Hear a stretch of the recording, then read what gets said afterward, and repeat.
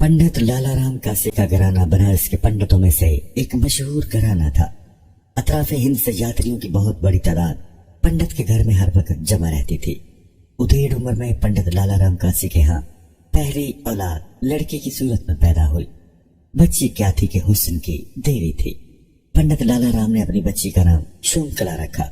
शुंकला ने 14 साल की उम्र में हिंदू मजहब की तालीमात की तमाम किताबें मुकम्मल पढ़ ली। हुस्न की परी बहकर होने के साथ साथ शुंकला अक्ल फहम की भी महारानी थी। वो सुबह सुबह जब गंगा स्नान के लिए निकलती थी तो देखने वालों की भीड़ लग जाती।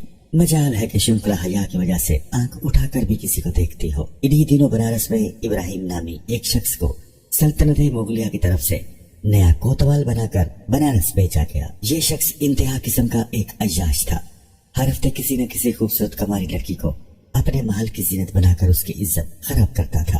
अहले बनारस उसकी जुल्म अय्याशी से तंग आ गए थे, लेकिन कोतवाल के सामने बोलना गोया खुद को मौत के कुएं में धकेलना था। बुढ़े कोतवाल के करिंदे खोजी कुत्तों की तरह बनारस की गलियों में नौजवान कमारी लड़कियों को ताड़ने निकला करते थे।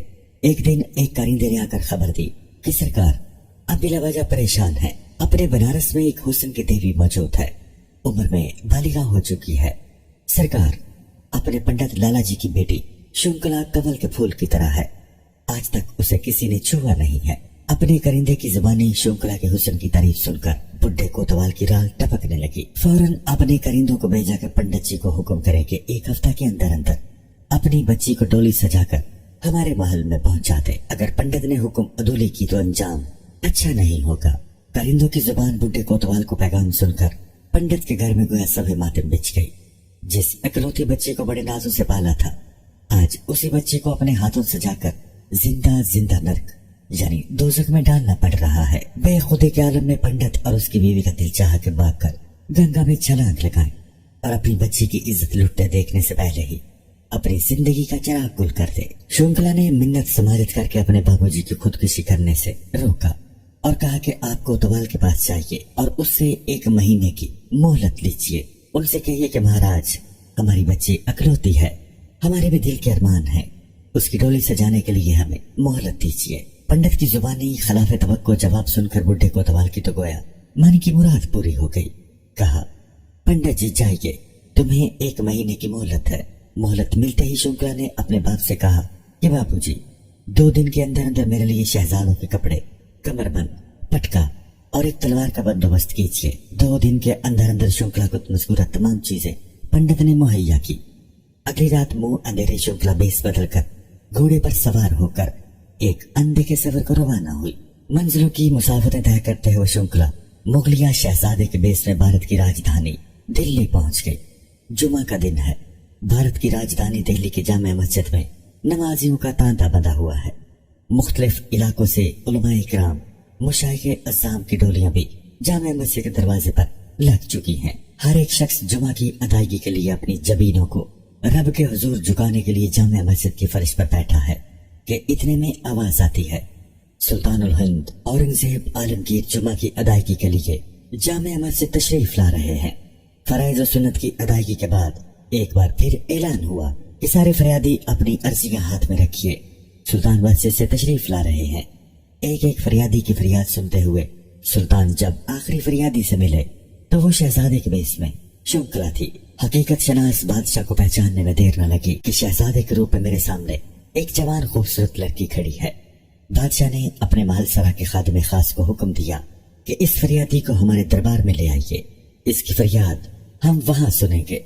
शुंकला जब सुल्तान के दरबार में पहुंची तो बादशाह ने हुक्म दिया कि सारे दरबारी बाहर चले जाए।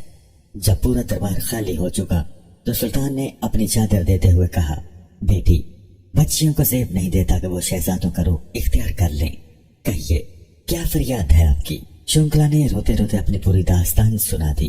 दास्तान सुनते हुए सुल्तान के चेहरे पर एक रंग आए दूसरा जाए। मुकम्मल गम भरी दास्तान सुनाने के बाद शुंकला ने कहा, दयालु महाराज, मैं ब्राह्मण जात की हिंदू लड़की हूँ। सुल्तान ने कहा, बेटी जाइए और डोली सजाने की तैयारी कीजिए। मायूस कुन जवाब सुनकर शुंकला के दिल का तो गोया एक आबगीना ही टूट गया।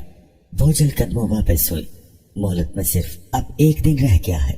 शुंकला दुल्हन की तरह सच धज कर डोली में बैठ गई है। बुढ़े कोतवाल की आज खुशी का दिन है। वो अपनी मूंछों को ताव देकर तख्त पर बैठा खुशी से फूल नहीं समा रहा। आज उसके हरमसरा में शंकुला जैसी हुस्न की देवी दाखिल हो रही है। पूरा अहले बनारस कोतवाल के जुल्म से तंग है। कमजोरी की वजह से कोई भी बोल नहीं पा रहा। फकीरों में पैसे लुटाए जा रहे हैं। इतने में एक फकीर की आवाज आती है, महाराज हम पर भी कृपा हो, हमें भी कुछ दीजिए। बुढ़ी कोतवाल ने नागवारी से जवाब दिया, जो रुपए जमीन पर लुटाए जा रहे हैं वहीं से उठाइए। फकीर ने इल्तिजाना लहजा में कहा, महाराज आज तो आपकी मन की मुराद पूरी हो रही, इसलिए हम चाहते हैं कि हमें आप अपने हाथ से रुपए दें। रुपए निकालने के लिए बुढ़ा कोतवाल जो ही मुड़ा तो फकीर ने मेला कुचैला लिबास फेंक दिया। अब जब बुढ़े कोतवाल की नजर पड़ी तो क्या देखता है कि सामने सुल्तान औरंगजेब आलमगीर खड़े हैं। मारे खौफ के बुढ़े का खून खुश्क हो चुका, पांव में गिरकर माफी का तलबगार हुआ। सुल्तान ने जलाल भरे लहजे में कहा, तुझे इसलिए कोतवाल मुकर्रर किया गया कि तू मेरी रियाया पर जुल्म और सितम करे, बच्चियों की इज्जत बर्बाद करे। इतने में सुल्तान का फौजी दस्ता भी पहुंच चुका।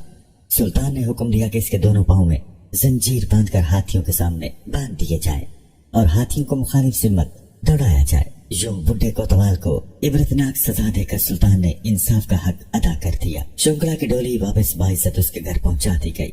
खैरियत मालूम करने सुल्तान भी वहां पहुंच गए।